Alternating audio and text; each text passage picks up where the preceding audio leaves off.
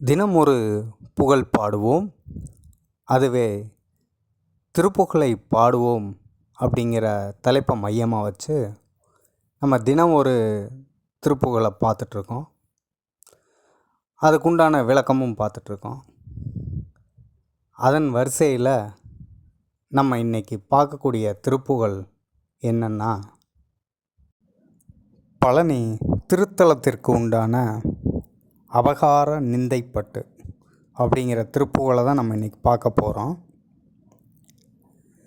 அபகார நிந்தைப்பட்டு உழலாதே, அறியாத வஞ்சரை குறியாதே, உபதேச மந்திர பொருளாலே உனை நான் நினைந்து அருள் பெறுவேனோ, இபமாமுகன் தனக்கிளையோனே, இமவான் மடந்தை உத்தமிபாலா, ஜபமாலை தந்த சர்க்குருநாதா, திருஆவினன்குடி பெருமாளே. அபகார நிந்தைப்பட்டு உழலாதே, அறியாத வஞ்சரை குறியாதே.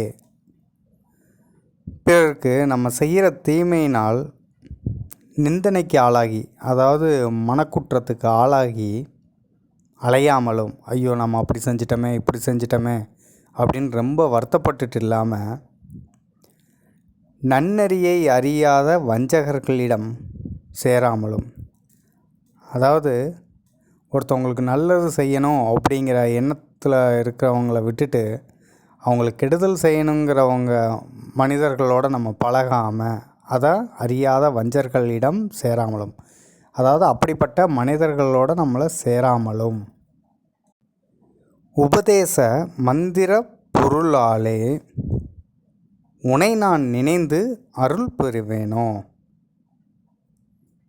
இதுக்கு என்ன பொருள் அப்படின்னா, நீ எனக்கு அருளிய உபதேச மந்திரத்தின் பொருளையே துணையாக கொண்டு உன்னையே நான் நினைத்து, யாரை, முருகப்பெருமானையே நம்ம தவம் இருந்து நினைத்து உன் திருவருளை பெற மாட்டேனோ, முருகப்பெருமானோட திருவருளை பெற மாட்டேனோ. இபமா முகன் தனக்கிளையோனே, இமவான் மடந்தை உத்தமி பாலா, யானையோட சிறந்த முகத்தை உடைய விநாயக பெருமானே, அப்படிப்பட்ட விநாயக பெருமானுக்கு தம்பியானவனே,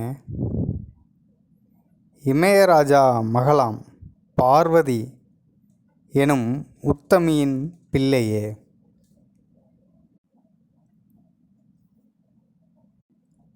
ஜபமாலை தந்த சர்க்குருநாதா, திருஆவினன்குடி பெருமாளே. ஜபம் செய்யக்கூடிய மாலையை எனக்களித்த நல்ல குருநாதனே, திருஆவினன்குடி என்னும் பதிக்கு பெருமாளே, எம்பெருமானே, முருகப்பெருமானே. திருஆவினன்குடி எங்கே இருக்குது அப்படின்னா, நம்ம பழனி மலை ஏறுறதுக்கு முன்னாலேயே கீழேயே ஆவினன்குடி கோவில் இருக்குது. அதான் திருஆவினன்குடி என்னும் கோவில். அந்த திருஆவினன்குடி என்னும் பதிக்கு பெருமாளே, எம்பெருமாளே, முருகப்பெருமானே, முருகா சரணம், முருகா சரணம், முருகா சரணம்.